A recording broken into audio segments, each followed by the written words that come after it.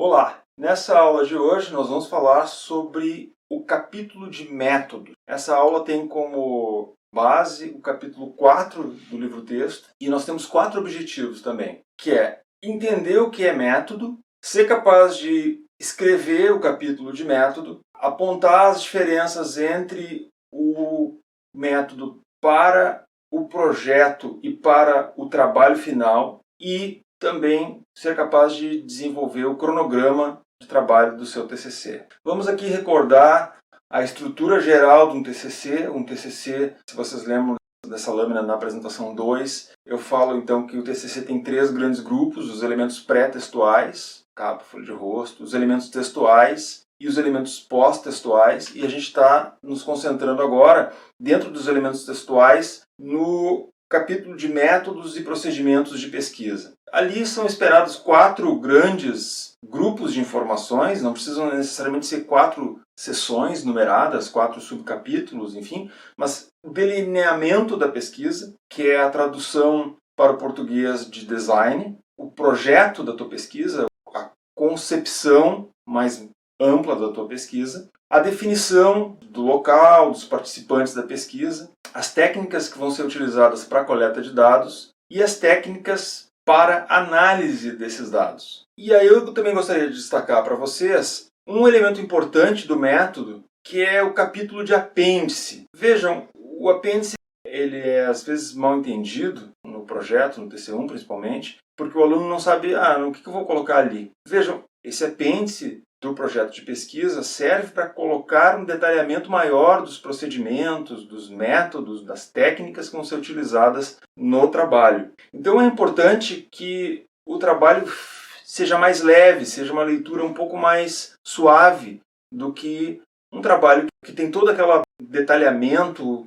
maçante de ler. A gente geralmente transfere esses detalhes para o apêndice. Eu vou detalhar um pouco mais o que se deve colocar no apêndice do projeto de pesquisa mais adiante, mas reservem essa informação. O apêndice é um elemento super importante no TC1. O que vai então no teu TC1? O TC1 é o teu plano de pesquisa. Depois que vocês terminaram lá a introdução e o referencial teórico, vocês vão escrever um capítulo de método, um cronograma, e aí vocês vão ter referências e apêndices. Eu já falei um pouquinho sobre a questão dos apêndices. É preciso destacar que várias coisas que vocês vão escrever no capítulo de métodos deve também ser referenciado, deve aparecer na lista de referências. Vamos chegar lá também. Então, o que vai no capítulo de métodos do TC1? Eu vou destacar aqui, fazer uma diferença entre o que vai no capítulo de métodos do TC1 e o que vai no capítulo de métodos do TC2. Vamos começar com essa lâmina do capítulo de métodos do TC1.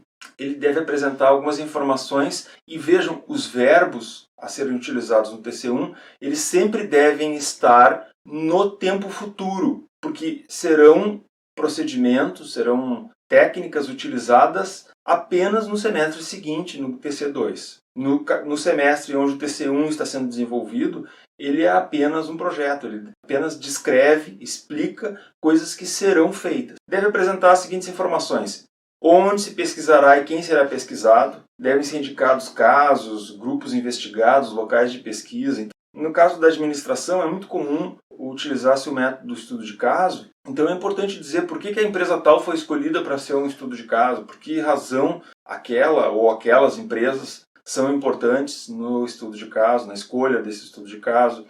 Quando se está trabalhando com marketing, é muito comum se estudar grupos de consumidores, estudar determinados segmentos de consumidores, então, explicar por que aqueles grupos são importantes para a pesquisa que está sendo desenvolvida. Na área da economia, é muito comum, ao invés de se estudar uma empresa, estudar municípios, ou cidades, ou países, e aí então informar por que aqueles locais de pesquisa foram escolhidos em detrimento de outros, mostrar um perfil geral dos pesquisados, informações como idade, sexo, formação, cargo, tempo de experiência, enfim, de acordo com o interesse da pesquisa. Vejam, se vocês não entrevistaram ninguém ainda, não quer dizer que vocês não devam indicar qual é o perfil esperado dessa pessoa. Olha, eu pretendo fazer um trabalho na área de suprimentos e, em função disso, vou falar com pessoas da gerência de suprimentos de uma empresa que trabalha com o setor tal. Uma outra informação é quando a pesquisa vai ser realizada, em que momento, em que meses, em que anos a pesquisa vai ser realizada. Isso no estudo de caso, de métodos qualitativos, é importante de se destacar, olha, vai se fazer entrevista no mês tal, enfim. No caso de estudos com dados de balanço de empresas, como é muito comum na contabilidade ou na economia, ou mesmo dados do Bacen ou de outras informações mais amplas, enfim, que o Banco Mundial disponibiliza, o pessoal da economia usa muito isso, informar que anos vão ser utilizados, que períodos, que trimestres vão ser utilizados, ou de que data até que data os preços das ações vão ser utilizados para tomar como base para fazer as análises. Como a pesquisa vai ser realizada, como é que esses dados vão ser coletados? Vocês vão a campo, vocês vão fazer entrevistas através de uma plataforma virtual, vocês vão fazer entrevistas pessoais, vocês vão obter essas informações através de sites das empresas,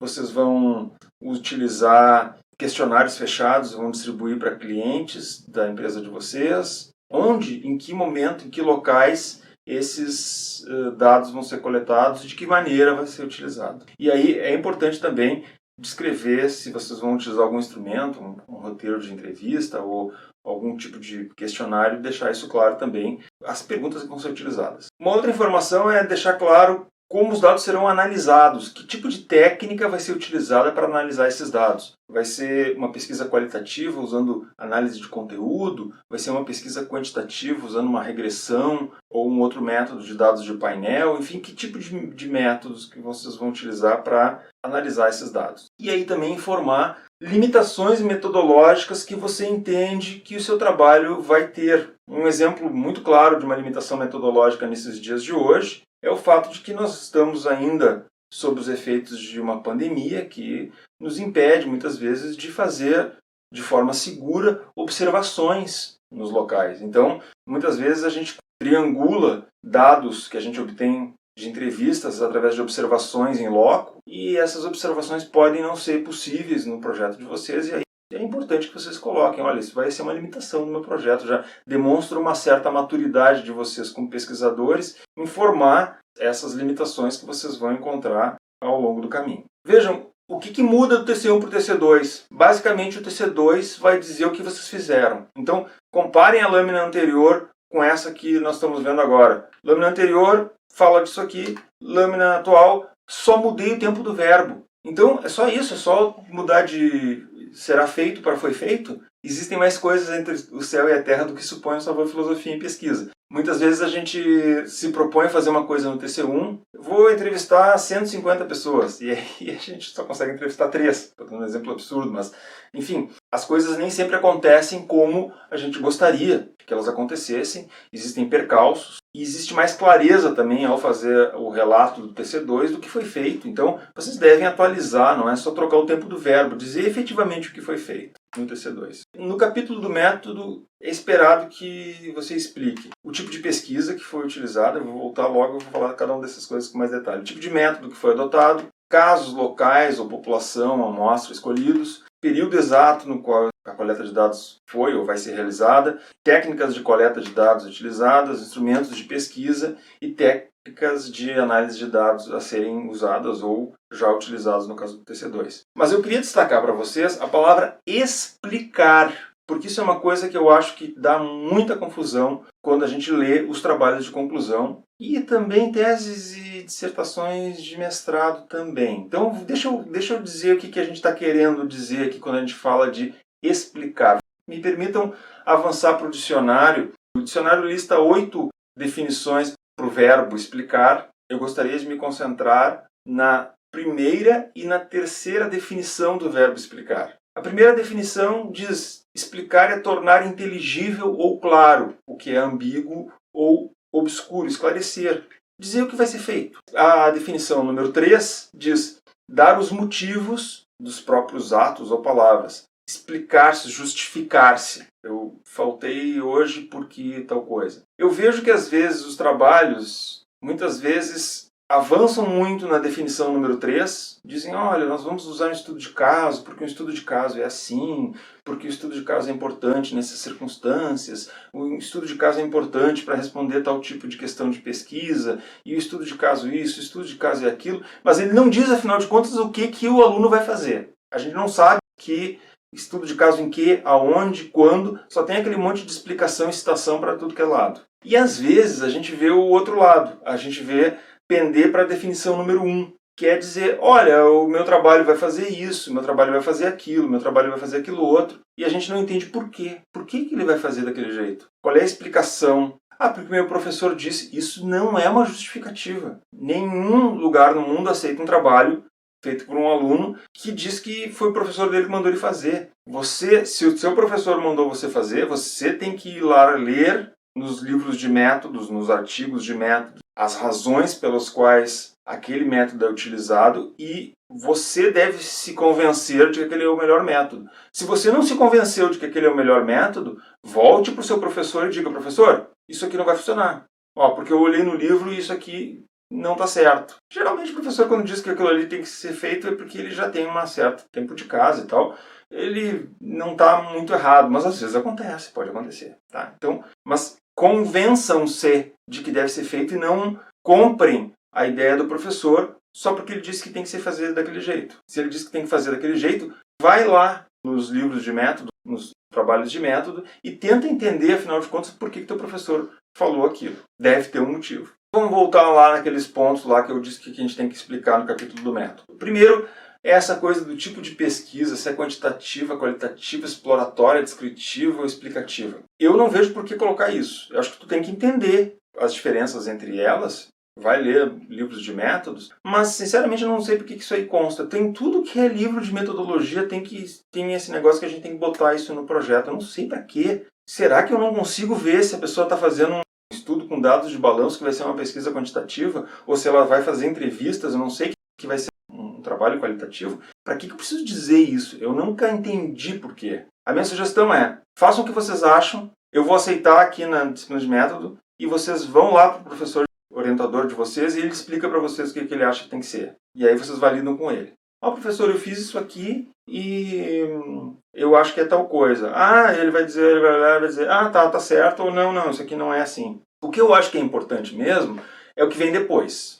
E aí, sim, eu vou bater forte, vou cobrar muito o que vem depois disso. Qual é o método que foi adotado? Vamos lembrar, né? Explicar é dizer que eu escolhi fazer um estudo de caso, ou escolhi fazer uma survey, um levantamento, ou uma pesquisação, ou um estudo econométrico, porque esse método é o melhor para responder o meu problema de pesquisa. Segundo fulano, segundo Beltrano, isso aqui é utilizado em tais circunstâncias e assim por diante. Quais são os casos, locais, população e amostra escolhidos? Vejam, nem sempre é possível a gente obter dados da população como um todo. Existe aqui uma coisa que está faltando, agora que eu estou vendo aqui, que está faltando uma explicação que é assim, o que é a minha unidade de análise? O que é a unidade de análise? A unidade de análise é o que eu estou investigando. Por exemplo, se eu estou fazendo uma pesquisa com consumidores de refrigerante, a minha unidade de análise é o consumidor. Se eu estou estudando empresas exportadoras, a minha unidade de análise é a empresa. Se eu estou analisando municípios do estado do Rio Grande do Sul, a minha unidade de análise é município. Se eu estou estudando gestores de recursos humanos, a minha unidade de análise são os gestores. Se eu estou estudando funcionários, é assim por diante. Então, a unidade de análise é, afinal de contas, o que eu estou olhando. Muitas vezes é preciso escolher para a minha unidade de análise um determinado universo, uma determinada população para a qual os meus resultados se generalizam. Se eu estou estudando os consumidores de refrigerantes, eu estou dizendo que o meu universo, a população para a qual os meus resultados devem ser entendidos, são os consumidores de refrigerante e não os consumidores de cerveja. Eles são um outro universo. Pode ser até que a pessoa que toma refrigerante seja a mesma que toma cerveja, mas o comportamento dela ao consumir cerveja não é o mesmo quando ela toma refrigerante. Então, vocês precisam fazer essa diferenciação. Qual é o universo para o qual a minha pesquisa se generaliza, se reporta. Entretanto, vocês devem imaginar que se eu estou fazendo um estudo com consumidores de refrigerante, não é possível, de uma maneira economicamente viável, pesquisar todas as pessoas que consomem refrigerante no mundo. É preciso que eu faça uma amostra, é preciso que eu verifique um grupo de pessoas que vai efetivamente responder essa pesquisa e ser o meu grupo, a partir do qual os resultados que eu estou obtendo nesse grupo vai ser extrapolado para a população como um todo, para o universo da minha pesquisa. Vocês precisam identificar essa amostra. Nesse exemplo que eu dei, tem que se calcular o tamanho de amostra. Será que quantas pessoas eu preciso entrevistar, afinal? E às vezes é preciso até, inclusive, estratificar essa amostra. Não adianta eu pegar todas as pessoas com mais de 60 anos que tomam refrigerante e querer dizer que as pessoas com menos de 60 vão se comportar do mesmo jeito. Eu talvez tenha que pegar um extrato, uma amostragem por extratos. E tem várias maneiras de criar amostra. Então, vocês têm que explicitar que amostra vocês vão utilizar. Por exemplo, eu quero ver preços de ações, talvez não seja possível olhar todas as ações, eu tenho que talvez olhar algumas ações de algumas empresas, fazer uma amostra disso. Amostra significa pegar um pedacinho daquilo que seja representativo da população e examinar aquele pedacinho que eu peguei e dizer, não, se isso aqui está bom, o resto também deve estar. É mais ou menos o que a gente faz na indústria, quando a gente está testando num lote, sai o lote da máquina, se pega uma amostra, não vai se tomar todo o refrigerante ou se testar todo o refrigerante, porque senão não tem o que vender para ninguém. Preciso muitas vezes amostrar. Período no qual a coleta de dados foi realizada, que técnica vai ser utilizada, se vai ser entrevista, se vai ser questionário, se vai ser observação, se vai ser análise de documento, se vai ser através de dados de balanço, enfim, se vai se usar aquelas ferramentas que a gente tem acesso, tipo Economática e outras bases de dados que têm acesso, alguns pagos, outros gratuitos, pelos quais a gente tem acesso e assim por diante. E os instrumentos de pesquisa que vão ser utilizados. Instrumentos de pesquisa que eu estou dizendo aqui são questionários ou roteiros de entrevista e assim por diante. Nós vamos chegar lá quando a gente falar mais especificamente de cada método. E quais são as técnicas de dados que serão ou foram utilizadas. Existem técnicas para analisar a entrevista, por mais incrível que possa parecer. Não é uma coisa assim, tipo, eu vou lá fazer entrevista e eu vou ver o que a pessoa disse e deu. Existe técnica para fazer isso. Da mesma forma que existe uma técnica para analisar dados de balanço, existe técnica para analisar todo e qualquer tipo de dados. Recapitulando, o método de pesquisa, vejam ali, explicação, é uma explicação de por que você coletou determinados dados, que dados você coletou, de onde, quando, como foram coletados e como foram analisados. Então, ou serão. Vejam, se isso é uma explicação, convém citar autores de método que suportem essas escolhas que vocês fizeram. Por que isso? Porque vocês imaginem o seguinte, vocês disseram assim, eu estou utilizando a técnica da economia, ou da contabilidade, ou da administração, ou do comércio exterior tal, porque essa técnica é a melhor que deve ser utilizada para esse problema de pesquisa. Tu disse assim, tu falou da tua cabeça. As pessoas vão me dizer, mas por que tu está dizendo isso? Tu não acha que seria mais conveniente, te ajudaria mais, se tu olhasse a literatura ou trabalhos que já foram publicados nessa área, ou teses de doutorado, dissertações de mestrado, ou livros, enfim, que já usaram essa técnica, ou que falam a respeito dessa técnica, e apontar por que razão essa técnica é a melhor, me parece muito mais lógico utilizar uma base pré-existente do que a gente falar de boca. Como a gente tem que citar gente, é óbvio que essas pessoas que eu estou citando, elas têm que ir lá na lista de referências. Por exemplo, se eu disser que o método de pesquisa é isso lá no meu capítulo de método, vou dizer Collins e Hussey 2005, P30, tem que ter uma referência lá para o Collins e Hussey, lá na minha lista de referências. Mas professor, a lista de referências não é só para o meu referencial teórico? Não, qualquer coisa que vocês citarem ao longo do trabalho, na introdução, no referencial teórico, no capítulo de métodos, na área de resultados, na área da discussão, nas conclusões, tudo que for citado tem que ser listado lá na lista de referências. Não é ético a gente se apropriar da informação, da ideia de outras pessoas sem fazer a referência a esse trabalho lá adiante na lista de referências. A gente tem que dizer quem disse na hora que eu estou usando. Não adianta só, que nem a gente fazia no colégio, né? A gente só botava lá na lista de referências. Quando eu aprendi no colégio que a gente tinha que fazer as referências, para mim era assim, tipo, eu escrevia o que eu tinha, que me dava na telha, ali no meio do caminho, pegava de vários lugares e no final eu fazia uma lista de referências. Agora a gente aprende que, puxa, eu tenho que, na hora que eu estou usando a ideia da pessoa, eu tenho que dizer lá que, segundo aquele pessoa, é isso aqui, e depois, mais tarde, eu tenho que fazer na lista de referências aquela referência para aquela pessoa lá. É isso que consiste citar os autores. Essa divisão que eu vou apresentar para vocês agora,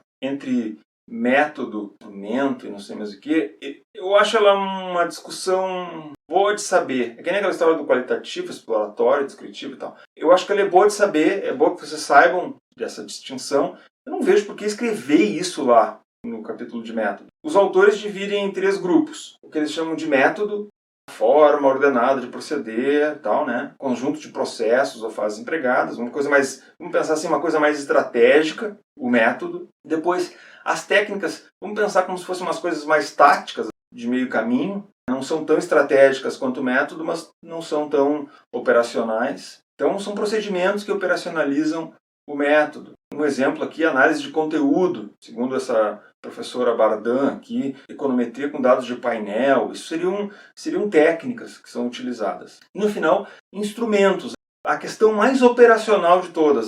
Se a gente vai pensar numa pesquisa na área da física, na área da engenharia, o instrumento de coleta de dados ele tem uma pipeta para ir lá coletar o dado, ele tem lá uma seringa para ir lá extrair o sangue de alguém, ele tem, entendeu? O instrumento é isso aí. Para nós, a gente não tem um termômetro que a gente enfia na cabeça das pessoas para saber se ela está feliz, triste, satisfeita ou não. Até tem técnicas agora mais modernas que têm instrumentos mais sofisticados, como ferramentas que servem para rastrear a posição do olho da pessoa. Tem agora softwares que analisam o rosto da pessoa e verificam se ela está feliz, está triste e tal. Tem até instrumentos mais técnicos, tem técnicas de ressonância magnética, enquanto a pessoa está assistindo uma propaganda, alguma coisa assim, ou mesmo eletroencefalogramas, aparelhos que têm 128, 256, 512 sensores em volta da cabeça da pessoa que sabem exatamente o que está se passando ali dentro, que tipo de neurônio está sendo deflagrado naquele instante. Mas a gente, historicamente, não usa esse tipo de coisa na administração. Vamos passar a usar cada vez mais, mas ainda a gente se vale muito de técnicas do tipo questionários, tipo entrevistas, tipo obter dados de balanço para fazer análises a partir dessas técnicas. E para isso eu preciso ter um instrumento. Eu preciso ter um instrumento que não é lá a seringa, que não é o capacete com os eletrodos para fazer o eletroencefalograma, mas é, sim, um instrumento. Um questionário é um instrumento. Então vocês precisam evidenciar isso no trabalho de vocês. Esses 3 níveis. O método, a questão mais estratégica, as técnicas, os detalhes mais finos de como é que a coisa vai ser feita, e os instrumentos, que são efetivamente as coisas que vão ser usadas para extrair a informação dos sujeitos da pesquisa de vocês. Para a gente encerrar esse assunto, eu gostaria de destacar para vocês que é importante que conste no TC1 um cronograma. Outro dia eu pedi para um aluno fazer um cronograma no seu projeto, e ele era aluno, acho que até de mestrado, eu não me lembro mais agora, e a pessoa fez o cronograma do projeto. O que eu vou fazer no meu projeto? Eu pedi para ele, disse eu, faz um cronograma de como tu vai fazer o teu trabalho, a tua dissertação propriamente dita do mestrado. Aqui é a mesma coisa.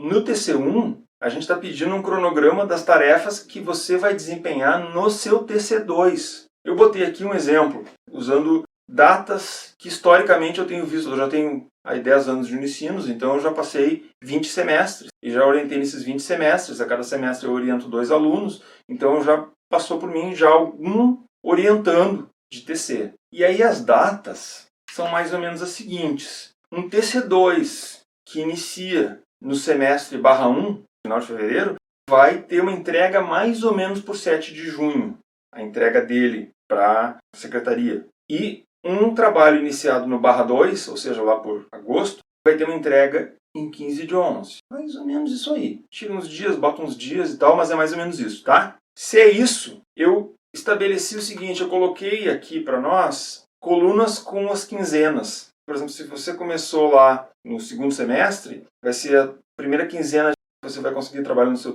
TC2, vai ser a segunda quinzena de agosto, depois a primeira quinzena de setembro e assim por diante. Tem mais ou menos 6 quinzenas para fazer. E para quem começar em março do TC2, primeira quinzena de março e assim por diante, é mais ou menos 6 quinzenas para quem começa no primeiro ou no segundo semestre. Por que eu botei quinzena ali, não mês, como vários exemplos que eu vi nos livros Porque, pela minha experiência, o tempo bom de gerenciar um projeto de pesquisa, de graduação, de TC, é a quinzena. O mês é muito comprido, tem muita coisa dentro do mês, a gente pode se perder. E a semana é muito curta.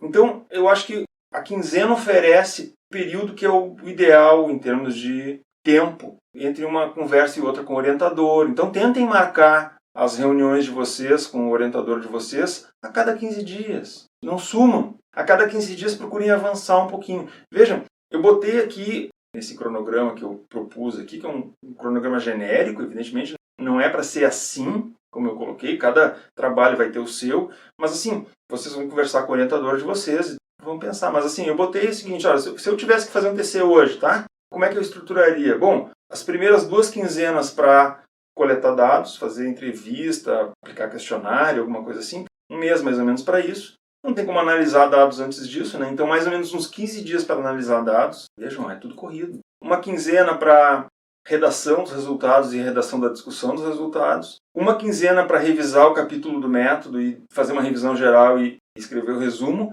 E uma quinzena para revisar português e ABNT. E deu, gente, acabou. É curto. Vejam, se tu te perder na jogada, é rapidinho para ficar com o trabalho atrasado e ter que fazer debaixo do mau tempo. Então, não percam tempo fazendo o trabalho de vocês. Façam um cronograma de trabalho e tentem seguir o cronograma de trabalho. Depois que vocês discutiram o cronograma de trabalho TC2 de vocês, imprime uma via disso aí, bota na porta de dentro o roupeiro de vocês, e cada vez que vocês abrirem o roupeiro, vocês olhem para aquele cronograma e dizem que eu estou fazendo isso mesmo, eu estou certo, eu estou indo lá, porque, olha, atrasar é fácil. Então, cuidem disso. Por último, mas não menos importante, é os aspectos éticos da pesquisa. É importante que vocês visitem esse site do Comitê de Ética em Pesquisa da Unicinos e comecem a olhar. O Comitê de Ética, em geral, exige a aprovação prévia para pesquisas na área da saúde. Mas é interessante vocês fazerem uma consulta ao Comitê de Ética caso o trabalho de vocês envolva seres humanos. Se vocês estão fazendo, por exemplo, um trabalho sobre consumo infantil, querem olhar o consumo de bonecas, não é um trabalho de conclusão. Por que não? E isso envolve crianças. É interessante passar isso para o comitê de ética. Então, conversem com o orientador de vocês. No caso do TC, é o orientador que submete o projeto ao comitê de pesquisa, se for preciso, se ele julgar necessário. Então, vejam isso. De qualquer forma, eu sempre recomendo que vocês olhem aqueles 2 documentos que tem ali. A anuência da empresa. A anuência da empresa é uma coisa legal de ter. O que é a anuência da empresa? É o ok da empresa. A empresa está dando ok para aquele trabalho? Ou vocês vão chegar na metade do caminho, alguém vai olhar para vocês e vai dizer assim, o que tu está fazendo aí? Ah, estou fazendo meu TC sobre a empresa. De onde é que tu tirou isso? Então, para evitar surpresas desagradáveis e talvez eventualmente perder o emprego, consiga uma carta de anuência da empresa. Nunca soube de nenhum caso de ninguém que foi demitido porque estava fazendo TC na empresa. Mas, né, para que, né, arriscar? E outra coisa é o termo de consentimento livre e esclarecido, que a gente usa para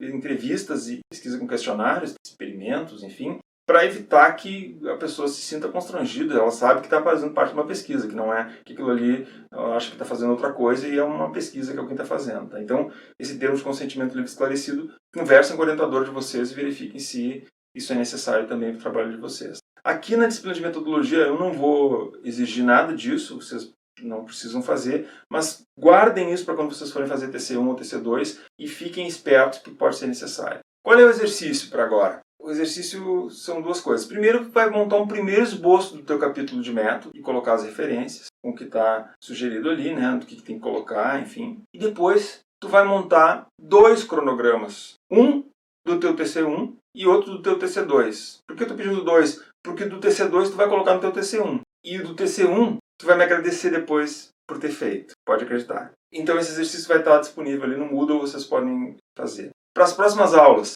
a gente vai botar a mão na massa, vai ter mais alguns detalhes de métodos, e tem muito detalhe de método, eu não vou esgotar tudo, eu vou tentar mostrar para vocês o básico do básico do básico de cada método, e o que a gente escreve, afinal de contas, depois lá no teu trabalho, tá bem? E é isso. Por enquanto é só. Forte abraço.